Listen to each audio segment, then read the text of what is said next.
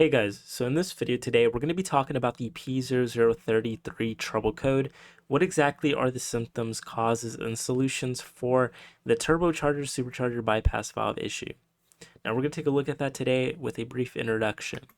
Now we're going to be going a deep dive of the trouble code for the turbo issues.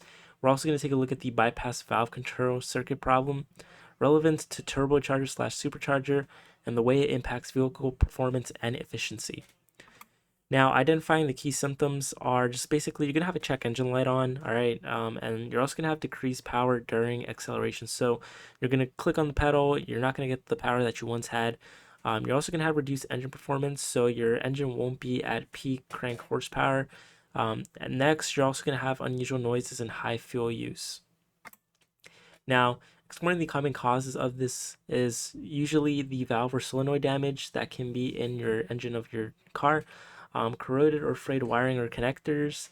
You can also have intake system vacuum leaks and a PCM fault or failure.